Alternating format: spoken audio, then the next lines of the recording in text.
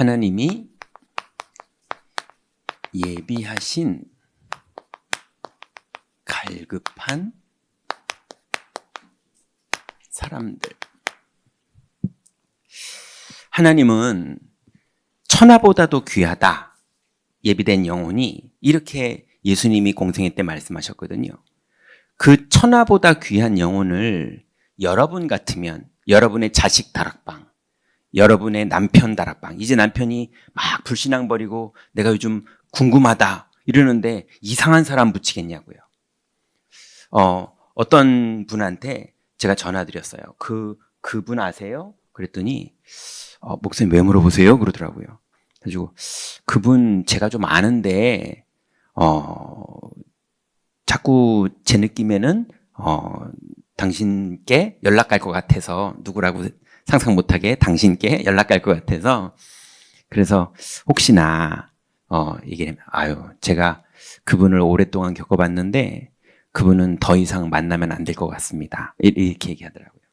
왜냐하면 자꾸 연락해서 돈 받고 자기 유익 챙기고 이러는 사람이에요. 좀 모르겠어요. 일단은 이제 양의 탈을 쓴 선한 목자는 아니고, 뭐 늑대기야 하겠어요. 복음 전하는 사람인데. 근데 선한 목자는 아닌 것 같아요.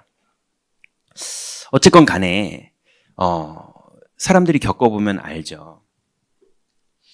그러니 현장에 정말 예비된 갈급한 사람들은요, 정말로 복음 듣기를 원하기 때문에 하나님은 정말로 복음을 전할 상태가 된 사람에게 복음 들을 예비된 사람을 붙이세요. 이게 영적인 축복입니다. 그리고 하나님이 보실 때 이 사람이 그 일에 정말 하나님께 준비된 사람이고 다윗처럼 성령의 인도를 따라온 사람이다 싶을 때는요, 하나를 여시는 게 아니고요, 큰 문을 여세요. 하나님이 주권자시기 때문에 정확하게 인도하십니다. 그래서 전도는 우리의 사명이기도 하지만 우리 인생의 축복이에요. 아무나 하나님이 영혼을 맡기지 않아요. 자, 근데 분명한 건 우리를 만날 때 그 사람들의 상태가 어떻게 돼 있느냐? 하나님이 예비하신 사람이고 갈급한 상태가 딱 돼서 우리를 딱 만나지게 돼 있어요. 하나님은 항상 그렇게 일하세요. 자, 그러면 그 사람들에게 맞는 우리의 성령의 인도를 받는 사람들의 준비가 있는데요.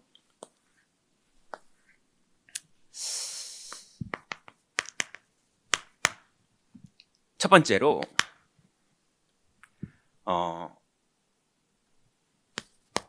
나를 향한 하나님 말씀과 하나님 계획, 이 눈이 있어야 돼요. 나를 향해서 하나님이 말씀을 주시는 게 들려야 돼요. 예배를 드리는데 나를 향한 하나님의 말씀이 있어요.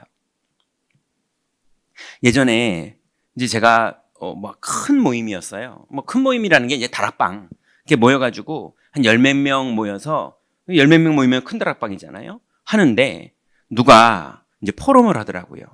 근데 내용이 뭐냐면 예화에서 유산 상속받은 예화가 있었거든요. 그걸 붙잡았어요.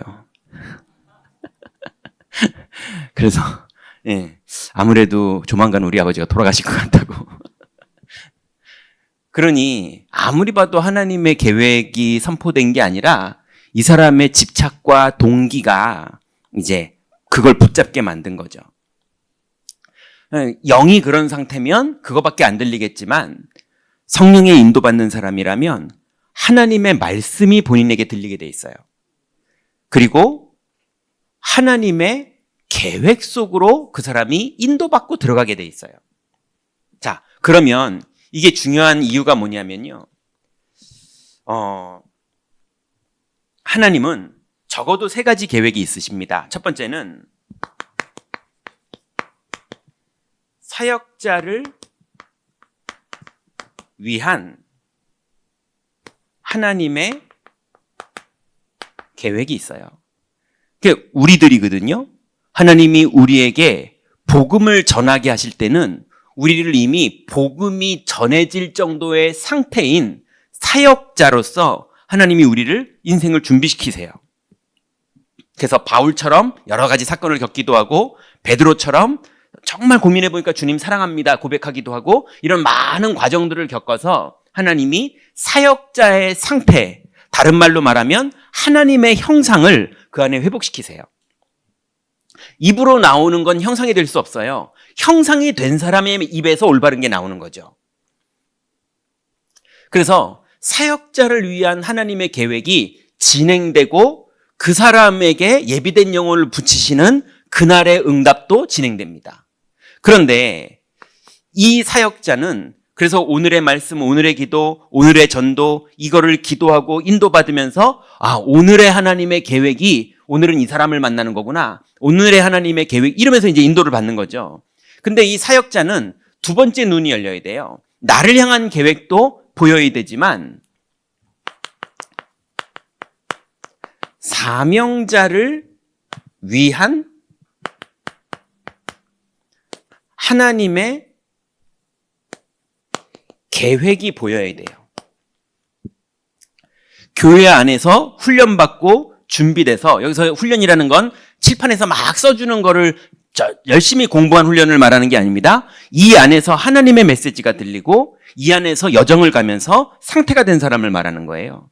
그렇게 하나님께 훈련받은 사람이 현장에서 이 훈련 속으로 인도받는 사람이 보여요. 만나봤는데 포럼을 해봤더니 이 사람이 지금 성령 인도를 받고 있구나. 네, 만나서 이 사람의 간증을 들어보고 이 사람하고 오늘 만나서 대화를 해보는데 이 사람 속에 하나님의 인도가 보여요. 무슨 얘기냐? 내 계획, 내 주장, 내 고집 말고 하나님이 지금 이 사람을 인도하시는구나. 하나님의 시간표와 이 사람의 반응이 제3자로서 보이는 거예요. 이해되시죠? 이렇게 안 되면요. 자꾸 뭐가 보이느냐? 그 사람 내가 옛날에 겪어봤는데요. 순 사기꾼이에요. 이렇게밖에 안 보여요. 그죠? 내 계획만 보여요. 내 선입관만 보여요. 내가 볼 때는 그 사람 나쁜 사람이에요. 내가 볼 때 그 사람 내 말도 안 들어요. 내가 볼 때 그 사람 이러면서 내 계획만 있지 하나님의 계획이 안 보이는 거예요. 그러면 오네시모 같은 사람은 절대 못 세워요. 그럼 하나님이 안 붙이죠, 사람을. 그래서 사역자인 본인을 향한 하나님의 계획이 사모늘 가운데 진행되기도 하지만 이 사람은 어떤 눈이 있어야 되냐면 사명자를 볼 때 이 사람이 지금 성령의 인도를 받고 있구나. 이건 되게 부족하지만 이 부분에는 성령 인도를 받고 있구나. 하나님이 이 사람을 쓰시는구나. 이 사람이 이 부분이 치유되면은 응답받겠구나 싶은 하나님의 관점으로 사람이 보여야 돼요. 여기에 세 번째로 이제 드디어 이 눈이 열린 사람은 하나님의 최고의 축복을 받은 거예요. 그게 뭐냐면 예비된 자를 향한 하나님의 계획. 우리가 거래처의 사람을 만났는데 당연히 계약을 하고 대화를 하고 접대를 하고 이래야 되는데 오늘 이 사람은 예비됐구나. 이런 하나님의 계획이 안 보이는데 막 복음 전하는 사람도 있잖아요. 그죠? 그러다가 막 무리를 일으키는 사람도 있잖아요. 근데 대화를 하고 있는데 그 하나님의 계획이 보이는 사람이 있어요. 또 대화를 하는 중에 하나님의 계획을 보고 싶어서 건드려 볼 줄 아는 지혜로운 자도 있어요. 그래서 예비된 자를 향한 하나님의 계획, 이 사람은 보석 같은 사람인데 이 사람은 절대 아무나 못 찾거든요. 천하보다 귀한 영혼이기 때문에 이게 밭에 감추인 보화 같은 사람이거든요. 이 사람 우리 인생에 3명만 찾으면 하나님이 우리 인생을 완전히 축복하시거든요. 이걸 사람들은요 다 내 계획, 내 관점, 내 경험 이것 때문에 다 놓쳐요. 제가 랩넌트 사역을 하거나 부부들 사역을 해보면 고린도전서 13장에 보면 이렇게 나오죠. 사랑은 오래 참고 사랑은 온유하며 그리고 사랑은 교만하지 않고 사랑은 시기하지 않고 뭐 이렇게 나오잖아요. 근데 렘넌트 부모님들이 아이를 사랑하는 마음으로 하는데요. 하나님과 아이 사이에서 아빠들은 조금 덜 하는데 엄마들은 본인이 하나님이에요. 그래서 오늘 포럼 좀 해봐. 포럼 좀. 오늘 메시지 은혜 받았어? 포럼 해봐. 그게 아니잖아. 전도사님 말씀은 그게 아니잖아. 누구야? 제발. 이러면서 엄마가 속상해 죽겠어. 뭐 이런 식이에요. 엄마를 하나님으로 믿으라는 거예요? 하나님을 만나라는 겁니까?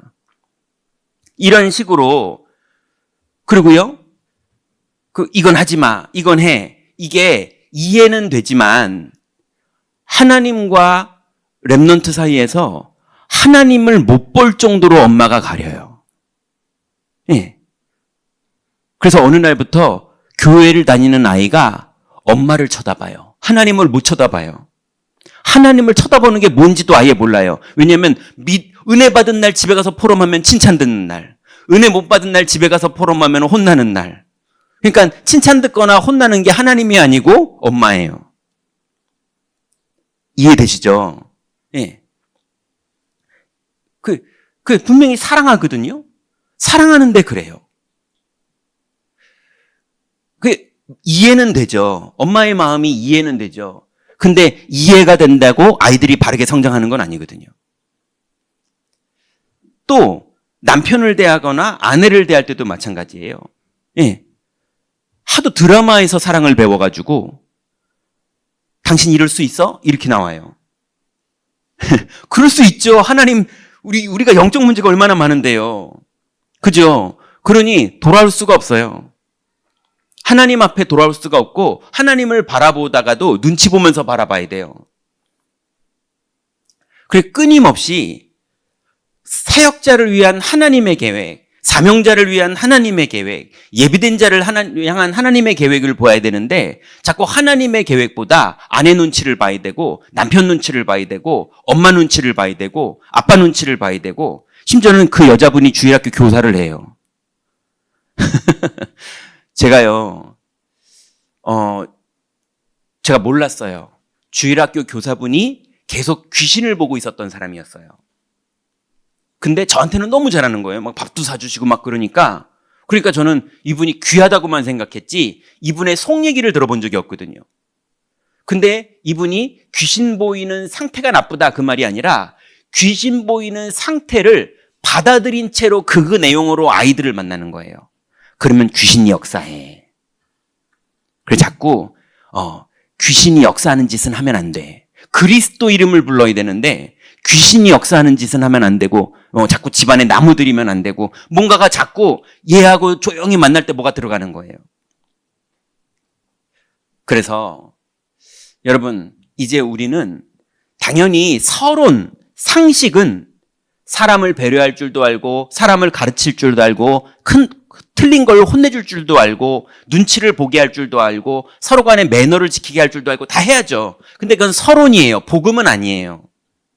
그죠? 복음은 나를 향한 하나님의 계획, 사명자를 향한 하나님의 계획, 그리고 예비된 자를 향한 하나님의 계획, 이거를 볼 줄 아는 사람이 이 응답을 받아요.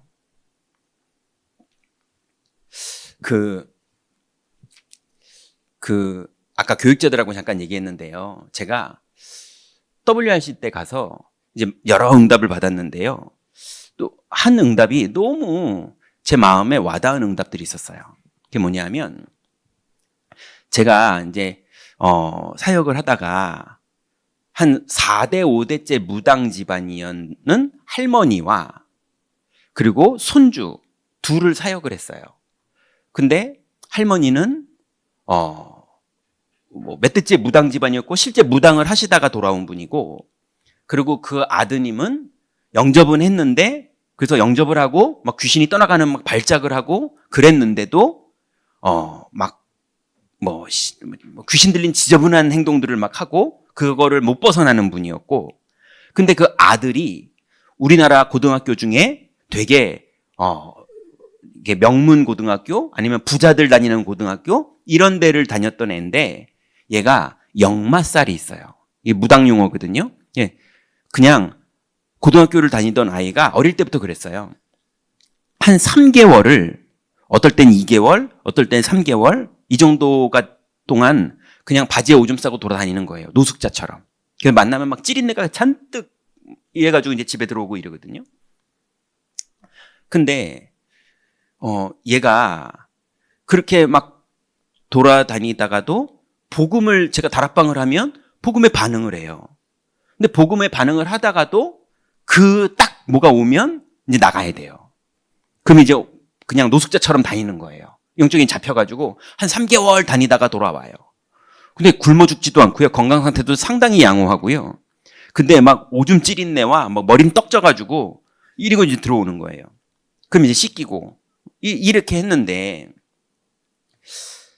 얘가 돌아다니면서 이제 얘한테 물어봤어요. 그 다니면 어떻게 하고 다니냐? 그랬더니 아무 생각 없대요. 그냥 자기가 아무 생각이 없는 것 같대요. 근데 자기가 기억나는 걸 말해주는데 그냥 안경집 앞에 그냥 찌린내 나는 상태로 이렇게 쭈그려 앉아 있었는데 안경점 사장님이 나오더니 너 밥은 먹었냐? 이러더니 밥값을 주는 사람도 있고 들어와서 밥을 먹여주는 사람도 있고 씻겨주는 사람도 있고 그 용돈을 두둑히 받는데요. 그래가지고 안 굶어 죽고 몇 끼니 먹고 다니고 예, 돈도 생긴대요. 그러는데 이 친구가 그러다가 이제 돈도 생기고 씻은 날 PC방을 가서 이제 왜냐면 청소년 애들이 잠잘 때가 이제 그런 데밖에 없으니까요. PC방을 가서 있는데 해커를 만난 거예요. 예, 진짜 나쁜 해커. 근데 그 해커가 PC방을 왜 오냐고요. 집에 컴퓨터 좋을 텐데. 귀신 역사죠. 해커를 만났는데 또 그 해커가 얘를 왜 해킹을 가르쳐 주냐고요. 근데 해킹을 배우는데 얘가 천재적으로 잘하는 거예요. 그래가지고 이제 어디라고 말할 수는 없고요. 우리나라에서 절대 해킹하면 안 되는 경찰서 잡혀가는 그런 데를 겁도 없이요. 막 해킹을 하는 거예요. 그래서 막 경찰이 몇 번을 출동했어요. 근데 만나봤더니 애가 찌린내 나고 머리는 떡져 있고 이러니까는 놔줘요. 어떻게 해킹했는지는 조사도 안 하고 놔줘요. 너무 빤하니까. 그러니 얘는 또 해요. 막. 얘 잡았던 개라면서 또 놔줘요. 얘 대책도 없는 애라고. 그랬는데 이 아이가 이제 고등학교 3학년이 됐어요. 그렇게 이게 제가 다락방을 하는 건지 마는 건지 맨날 다락방 하면은 돌아다니고 맨날 데리고 오고 씻기고 그러는데 어느 날 이게 이제 고3이 됐는데 고등학교 담임선 선생님이 불신자인데 얘를 어떻게든 도와주고 싶은데 수업 일수가 모자라요. 출석 일수가. 그래서 대학을 갈 수가 없는 거예요. 그래서 얘를 양재동에 있는 IT 직업학교에 이제 넣어줬어요. 그래서 저보고 무슨 과에 들어가면 좋겠냐 하더라고요. 그래서 봤더니 보안학과가 있더라고요. 그러니까 해킹하는 사람 막는 학과거든요. 그래가지고 너 보안학과 들어가라. 들어갔는데 4학년 동안 계속 장학금. 공부 안 하는데도 A+. 계속 나와요. 왜냐면 너무 잘하니까 그쪽을. 다른 애들은 이제 가난한 집 애들이거나 대학 못 갈 애들이거나 아니면은 공부 못한 애들이 여기 오는 거거든요. 근데 얘는 공부는 못하는데 그쪽으로는 천재거든요. 그래가지고 졸업하고 어떤 게임 회사에 들어가서 일하다가 저랑은 헤어졌거든요. 그런데 이번 WRC 때 연락이 온 거예요. 그래가지고 저는 얘가 맞나 싶어가지고 받아봤더니 만나고 싶다는 거예요. 그래서 이제 만났죠. 너 어떻게 지냈냐? 그랬더니 게임 회사 다니다 그만하고 어디 이제 실직됐으니까 이제 어디 갈 데 없어가지고 이렇게 일 찾다가 삼성물산 거기에 이제 계약직 공고가 나서 거기에다 넣고 고졸 직원으로 들어갔대요. 그래서 삼성물산 쪽에서 일할 때는 계약직인데 기간별 계약을 하지 않고 공사별 계약이라고 표현하더라고요. 그래서 프로젝트 하나가 진행되면 그거가 끝나면 이제 계약도 종료되는 거예요. 이제 그런 거를 막 하는데 3년 동안 완전히 고졸 직원이라고 막 천대 받으면서 노가다 하고 막 이런 식으로 일했대요. 막 물류 옮기고 막 이런 거. 그랬는데 이 아이가 정상적인 가정에서 자라지를 못하고, 근데 할머니는 이제 병 들렸는데, 그리고 아버지는 방에 맨날 누워 계시고 이러니까 얘가 학교 다닐 때도 밤에 CU 막 알바하다가 영양실조로 병원 가고 막 이런 식으로 억척같이 살아남아야 되는, 배경도 없고 아무것도 없다 보니까 그런 아이였거든요. 근데 이 아이가 이제 삼성물산에서 그런 마인드다 보니까 열심히 일한 거예요. 그리고 이제 복음을 계속 들으면서 다녔고, 화성에 있는 다락방 교회에서, 작은 교회에서 신앙생활을 했다 하더라고요. 그리고 이제 그 계약이 종료가 돼가지고 이제 어디 가야 되나 그러고 있었는데, 어떻게 보다 보니까 이제 삼성 쪽에서 일을 하다 보니까 그쪽 얘기들을 사람들도 다 얘기하고 이래서 삼성전자 쪽에서 고졸 직원 공고가 나더래요. 그래가지고 자기가 이제 대졸이 아닌 거죠. 직업 학교니까. 그래서 고졸 직원인데 직업 학교까지 나오니까 이제 합격이 된 거예요. 그 합격이 돼가지고 거기서도 이제 근데 정직원으로요. 고졸 직원 정직원으로. 그래서 근데 고졸 직원이라고 허드렛 일을 막 이제 시키는 거죠. 근데 얘가 또 근성으로, 왜냐하면 살아남아야 되니까, 그리고 인격적으로 존중받은 적이 없었기 때문에 사람들이 막 물 시켜도 그냥 묻어나게 하고 이랬거든요. 그러면서 계속 복음으로 훈련받고 신앙 배우고, 이러면서 그 작은 다락방 교회에서 목사님이 가르쳐주는 거 배우고, 근데 뭐 훈련 제대로 받을 시간도 없고 뭐 잠도 못 잘 정도로 일을 많이 했대요. 그랬는데 일을 열심히 하고 또 재능도 있어서 회사에서 요번에 자기를 부서를 옮겨줬는데 반도체 사업부로 옮겨줬대요. 그래서 이제 기판 조립하는 걸 하더라고요. 반도체 만드는 기판 조립하는 거. 그래가지고 너무 여건이 좋아졌다는 거예요. 그리고 그랬는데 삼성에서 누가 가르쳐 주더래요. 삼성 안에 자체적으로 대학이 있거든요. 제가 옛날에 사역 들어갔을 때는 고구려 대학이 있었는데 지금은 고구려 대학은 없어졌고 뭐 삼성대학이라나 이래가지고 대학이 그 안에 있대요. 그래서 고졸 직원들이나 아니면 전공을 했던 직원들이 다른 거를 공부하고 싶을 때 이제 그 업무 끝나고 이제 공부할 수 있는 회사 내에 직원이 있거든요. 기흥 캠퍼스에도 있거든요. 근데 얘가 이제 거기에 들어가는 거예요. 그러면은 호봉 다 쳐주고 대졸 직원으로 바뀌어요. 그런데 자기가 하나님 앞에 너무 감사하고, 그래서 자기가 처음으로 나도 WRC를 한번 가보고 싶다. 그 교회에선 누구 안 갔대요. 근데 자기 마음에 나도 WRC를 한번 가보고 싶다. 그래서 자기가 신청해가지고 WRC로 온 거예요. 근데 아는 사람 하나도 없고 이래가지고 전화번호 보고 누구 아는 사람 없나, 시간은 많고 심심한데 싶어서 저한테 연락이 온 거예요. 제가 그거 보면서 막 엄청나게 훈련을 받고 따라붙고 이런 게 아니고 하나님 앞에 그 제가 하나 물어봤어요. 이제 우린 잘 아는 사이니까 너 영적 문제 안 오냐? 올 텐데. 이게 불신앙인지 뭔지 모르겠는데 우린 너무 잘 아니까 너 안 오냐? 그랬더니 목사님 그런 거 올 새가 없어요. 업무가 너무 많고 그 나머지 시간은 예배드리러 교회 가고 그거 외에는 저는 아무것도 생각할 겨를도 없어요. 아직도 그러고 살고 있더라고요. 제가 보니까 하나님이 집중을 시키고 계시더라고요. 그러니 여러분, 하나님의 계획 속에서 딴 것만 안 하고 집중할 수만 있으면 그 사람은 계속 응답받을 수 있는데, 우리 사역자들은 나를 향한 하나님의 계획, 또 사명자를 향한 하나님의 계획, 또 우리 자녀를 향한 하나님의 계획, 그리고 예비된 자를 향한 하나님의 계획을 볼 줄 알고 관심 가질 줄 아는 눈만 있어도 하나님은 우리를 인도하시거든요.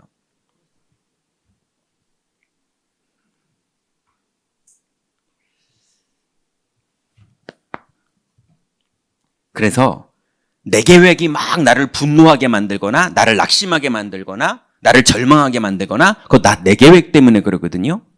우리는 완전히 죄와 사망에서 해방됐기 때문에 어떤 일이 벌어져도 그 안에 하나님의 축복된 계획이 있습니다. 내 것만 보지 마시고 여러분의 자녀 것도 보시고 여러분의 뭐라 그래야 돼요? 남편 것, 아내 것도 보시고 예. 그러면서 성령 인도 받으면 됩니다. 두 번째로 응답 받는 커리큘럼이 있어야 돼요. 이 응답받는 커리큘럼이 간단하게 말하면 3 오늘이고요. 3 흐름입니다. 자, 간단하게 이해가 되면 돼요. 반드시 이 사람에게 하나님의 말씀이 임합니다. 이 사람이 하나님의 말씀이 들리도록 도와줘야 돼요. 내가 막 뭔가를 가르치는 게 아니라 가르치는 걸 통해서 하나님의 음성이, 하나님의 메시지가 이 사람한테 들려야 돼요. 두 번째로, 그러면 하나님의 말씀이 들리면 그게 이 사람의 기도 제목이 되도록 도와줘야 돼요. 예, 자꾸 내가 기도 제목 주는 거 말고요.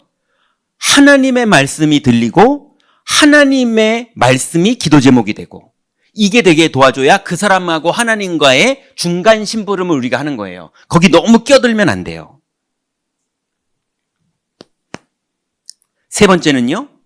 그래서 그 사람이 당연히 하나님의 말씀을 붙잡고 그게 자기의 기도 제목이 되면 반드시 이 사람은 현장에서 그 축복을 누리게 되고 그러면 반드시 증인이 되고 그리고 그 사람은 전도하게 됩니다.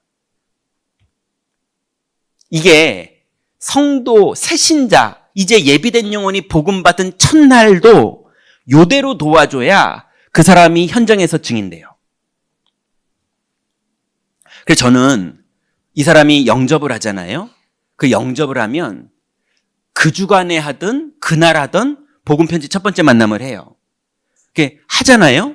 그럼 하고 나서 페이퍼를 준다는 말은 가서 이 말씀대로 기도하라는 건데 새신자가 이 말씀대로 기도하려면요. 이 사람은 되게 교수님이거나 예, 글을 보고 요약을 해서 내 걸로 삼을 줄 아는 능력이 있는 사람이어야 되는데 현장 가면 안 그런 사람도 많거든요. 그래서 다락방이 다 끝나면 뭔가 은혜는 받았어요. 얼굴이 펴져요. 근데 뭘 은혜 받았는지를 몰라요. 예, 그래서 기도 제목 3개를 딱 줍니다. 그냥 써줘요. 오늘도 예수는 그리스도이신 줄 믿습니다. 그리스도는 마귀의 일을 멸하신 줄 믿습니다. 그리스도는 죄와 사망에서 나를 해방한 줄 믿습니다. 그리스도는 하나님 만나는 길을 오늘도 열어놓으신 줄 믿습니다.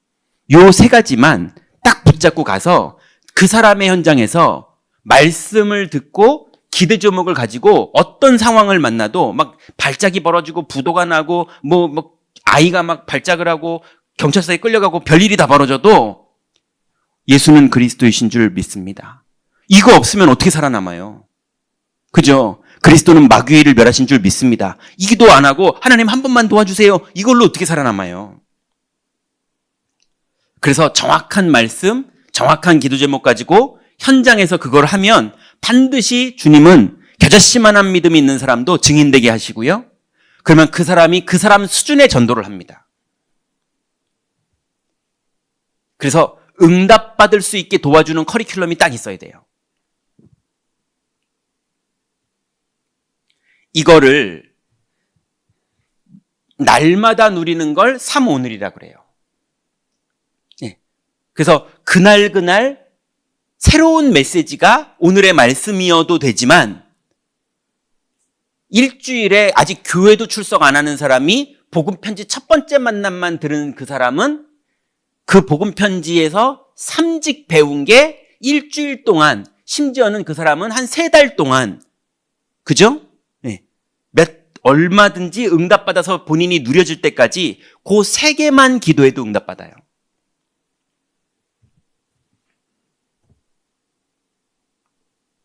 그래서 3오늘이 체험되면 드디어 이 사람이 3흐름이 이해됩니다.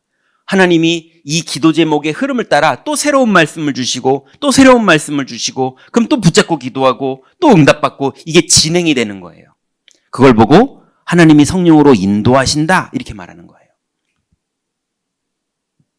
그래서 내가 만난 예비된 영혼은 하나님께 예비된 영혼이기 때문에 하나님이 응답하실 사람이기 때문에 이 사람을 도울 수 있는 커리큘럼이 나한테 딱 있어야 돼요. 이겁니다, 기본이. 그러고 나서 이 사람이 현장에서 복음 편지 10번째 만남이 끝날 때는 이게 잘 되는 사람으로 마무리가 되면 되는 거예요.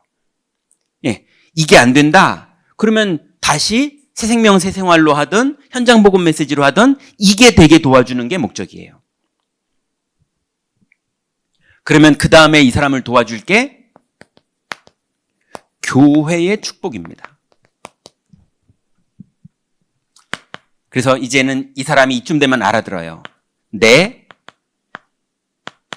몸이 성전. 고린도전서 3장 16절이죠. 두 번째는 예배당이 교회, 모이는 성전. 사도행전 2장 41절부터 47절에 모였더니 교회가 됐죠. 세 번째는요, 현장이 교회.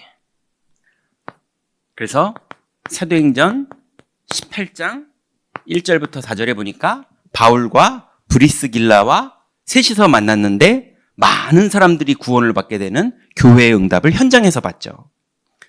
그러니 이제 계획이 있는 사람이 삼오른의 흐름을 타면서 드디어 그 사람이 현장에서 내가 성전인 것과 예배당에서 하나님이 만나지는 성전의 축복과 그리고 현장에서 하나님의 교회의 축복이 다 이해가 돼서 어디서든지 복음이 누려지는 사람이 되도록 도와주는 것. 이게 하나님과 그 사람 사이에서 사명자로서, 사역자로서 심부름하는 청지기들의 사명입니다. 자, 그러면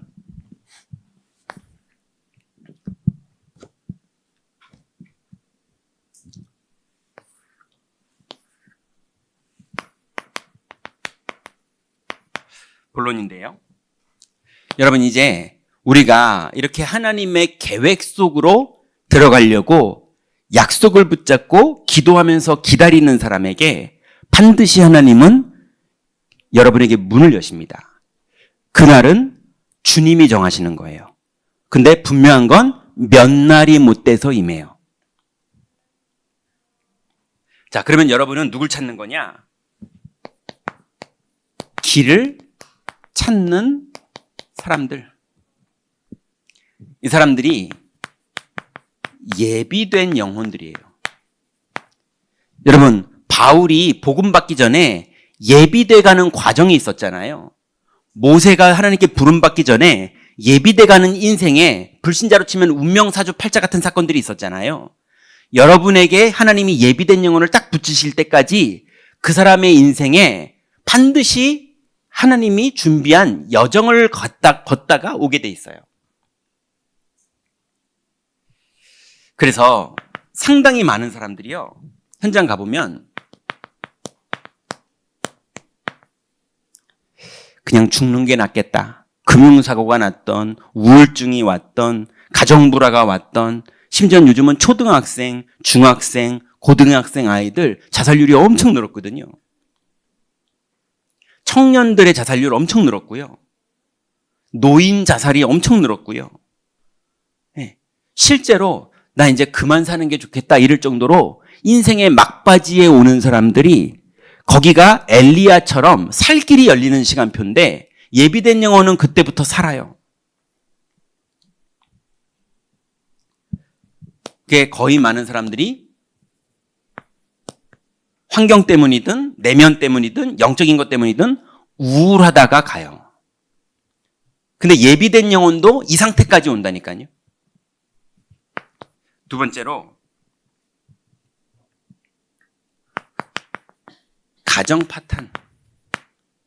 왜 그러느냐?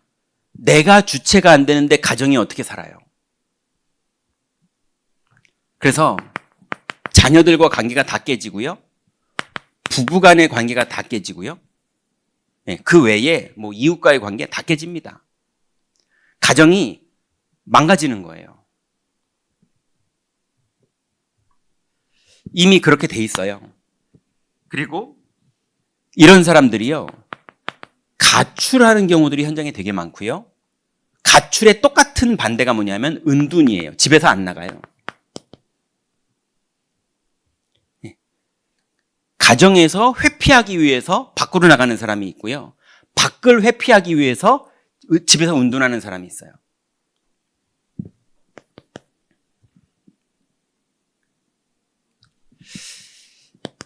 또 상당히 많은 사람들이요, 흑암에 붙잡혀 있습니다. 거의 정신병으로 나타나요.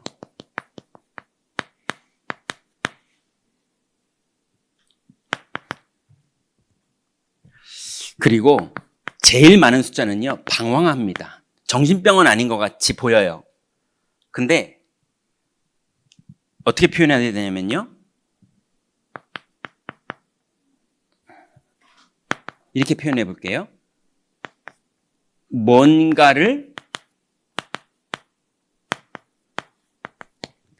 뭔지 모르겠는데 뭔가를 찾아요. 그래서 막 낚시에도 빠져보고, 술에도 빠져보고, 친구에도 빠져보고, 도박에도 빠져보고, 막 영화, 아무튼 취미를 전문성 있게 해요.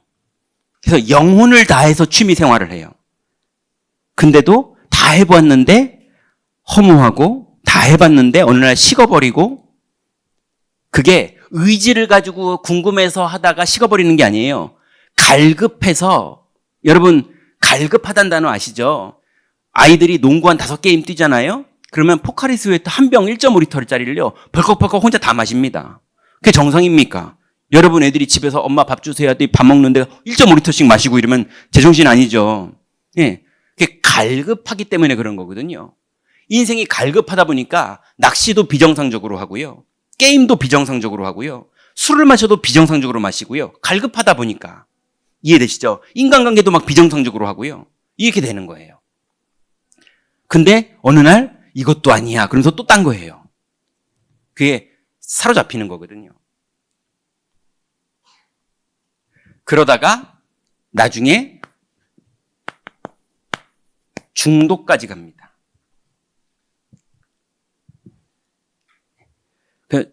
이분들 보면요, 중독은 뭐냐, 뭔가에 찾아다니다가 거기서 못 빠져나오는 거예요. 어떤 사람은 성에 중독되고, 어떤 사람은 도박에 중독되고, 어떤 사람은 술에 중독되고, 어떤 사람은 거짓말에 중독되고, 거짓말 허언증이라고 그러죠. 요즘 그런 사람 너무 많거든요. 거짓말에 중독되고. 그거 그냥, 저도 예전에 그런 영적 문제가 온 적이 있었거든요. 어릴 때, 중고등학교 때. 근데 제가 그러다가 무슨 날이 있었냐면요, 그냥 별것도 아닌, 아무것도 아닌 허언증을 안 써도 되는 날인데 제가 막 부풀려서 얘기하는 거 있죠. 뒷감당 어떻게 하려고. 뭐 우리 엄마가 미국 갔다면서 뭐 이런 식으로 해요. 어릴 때. 내가 왜 이렇게 쓸데없이 거짓말을 하지? 아무 가치도 없는 거를, 목적도 없이 거짓말을 하는 거예요. 뭔가에 사로잡히면요, 이게 계속 나와서 이게 자기를 삼켜버립니다. 이게 영적 문제예요. 이 정신 문제거든요. 정신 문제인데 배경은 영적 문제예요. 이런 사람들이 다 왜 그러느냐? 이러다가 망하는데 예비된 영혼들은 이렇게 인생의 과정을 겪으면서 복음에 담납니다. 이해되시죠? 두 번째는요,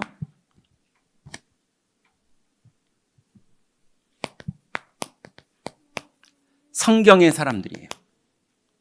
이렇게 예비된 사람들이 성경에 있었는데요, 첫 번째가 도망자 베드로. 요한복음 21장에 베드로가 3번 부인하고 도망갔었잖아요. 그죠? 죄책감을 심각하게 느껴서 2명이 죄책감 느꼈는데 유다는 죄책감으로 자살을 했고, 베드로는 그만큼 용기도 없어서요, 자살도 못했어요. 그래서 먹고 살겠다고 금을 던지는데 고기도 안 나왔거든요. 이 도망자 베드로에게 예수님이 두 가지. 너의 진심이 뭐냐? 요한의 아들 시몬아, 네가 나를 이 사람들보다 사랑하느냐? 그 사랑하냐고 물어본 게 아니에요. 너 나 사랑하잖아를 확인시켜 준 거예요. 너 네 마음속을 한번 점검하고 돌아봐. 너 나 사랑하는 거 맞잖아. 그걸 예수님이 알기 때문에 물어본 거라고요. 생각해 보니까 주님 사랑하는 거 맞거든요. 거의 많은 사람들이 자기 진심이 어디 있는지 몰라요. 그래서 실제로 많은 사람들이 진심으로 하나님을 안 만나요. 그냥 종교 생활로 하나님을 만나요. 상당히 많은 사람들이 어릴 때부터 위선하는 법을 배워요. 너 빨리 삼촌 보고 인사해. 하나도 안 반가운데 안녕하세요 인사하고. 고맙지 않은데 고맙습니다. 너 고맙다고 인사해야지. 고맙습니다. 하도 이렇게 배워가지고요. 나중에는 내가 진짜 뭘 맛있어 하는지, 내가 진짜 뭘 좋아하는지, 난 진짜 뭘 원하는지, 난 진짜 원하는 게 뭔가, 내가 원하는 게 뭐지? 근데 어느 날 예수님도 믿었어. 근데 예수님 믿었는데 우리는 안 돼. 이런 식으로요. 진짜 원하는 게 뭔지 내 모습도 몰라요.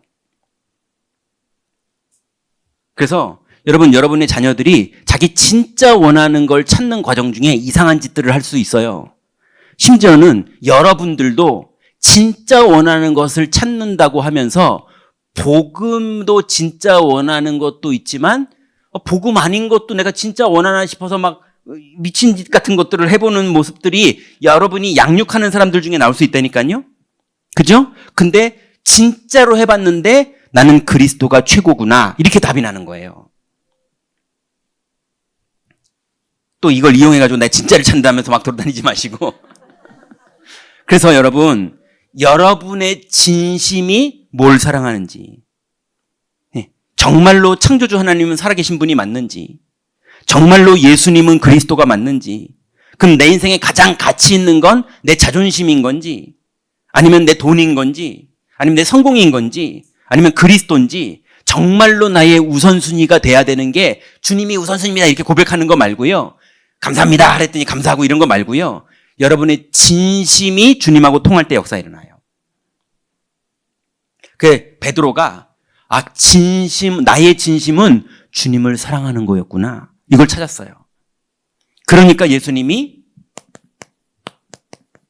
어린 양을 먹이라. 그러면 이제